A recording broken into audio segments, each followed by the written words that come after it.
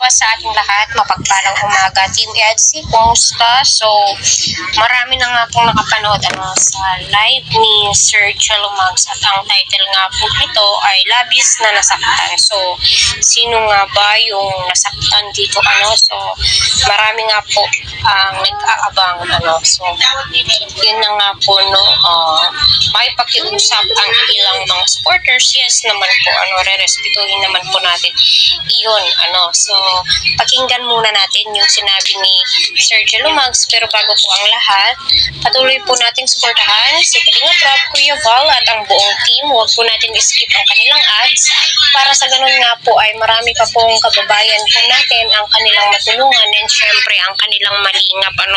Dahil sa hirap ng buhay ngayon ay alam nyo naman po marami ang humihingi ng tulong at iilan lamang po yung mga nabibigyan po. So, ayun, panoorin muna natin. Yan, remove nyo lang po yung may mga jacket, remove nyo lang po yung comment.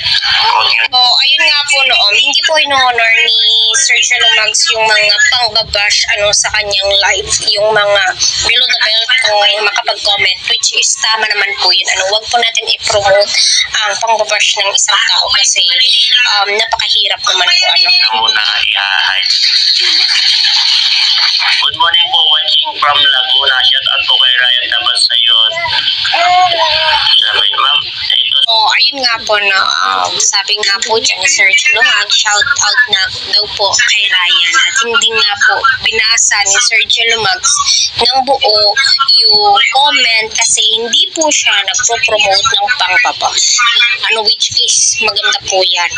Kasi mahirap naman po kapag bash tayo ng bash, di naman po natin ang alam ang buong katotohanan. Ang alam lang po natin ay crush ni Ryan itong si VNC. Ika nga ng EDSI supporters, wala naman pong masama kapag crush. Pero wag naman sanang sirain ang EDSI. The way na makipag-usap si Ryan, wag naman po masyadong presko. Kasi nang-iinit po sila. Kahit sino naman po, di ba? Yan.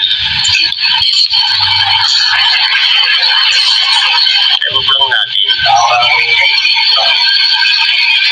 Yan. Akbay lang daw yun. Walang halo. Sabi ni Ryan. Opo, press Dazon. Shout out po.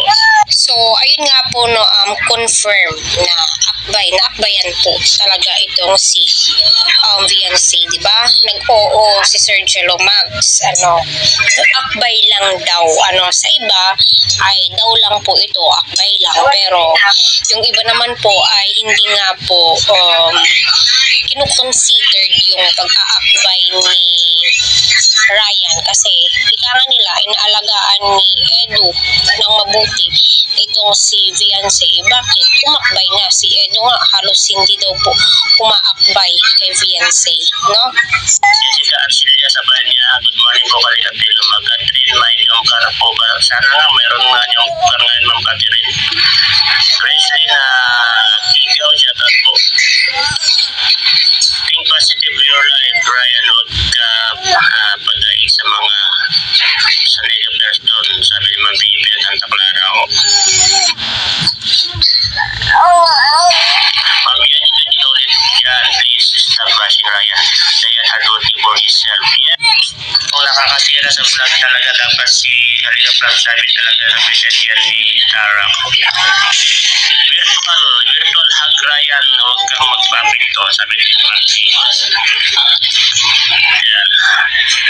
Wala na. May nagpalipad na may nagpalipad. So, ayun nga po na rinig po natin yung mga sinabi ni Sir Jello Mags. Kaya tuloy lang po tayo sa pagsuporta kay VNC at kay Kalingap Ed. Part lang po ito ng Kalingap serye. So, syempre, di po talaga maiiwasan may mga kontrabida. Ay, nako.